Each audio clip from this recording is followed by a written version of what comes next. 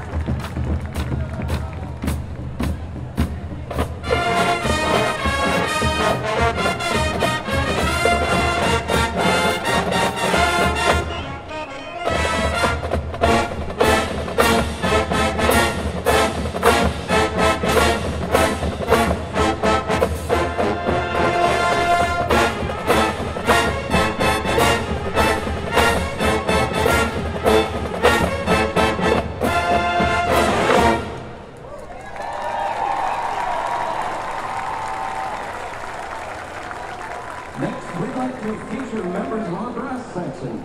We'll hear trombone soloist T.J. Smith, as well as trumpet soloist Keystone Stotts, Aaron Hudson, and Jonathan Johnson. Here's one of the most iconic pieces to come out of Cuba, Ernesto Lacuona's Malaguena.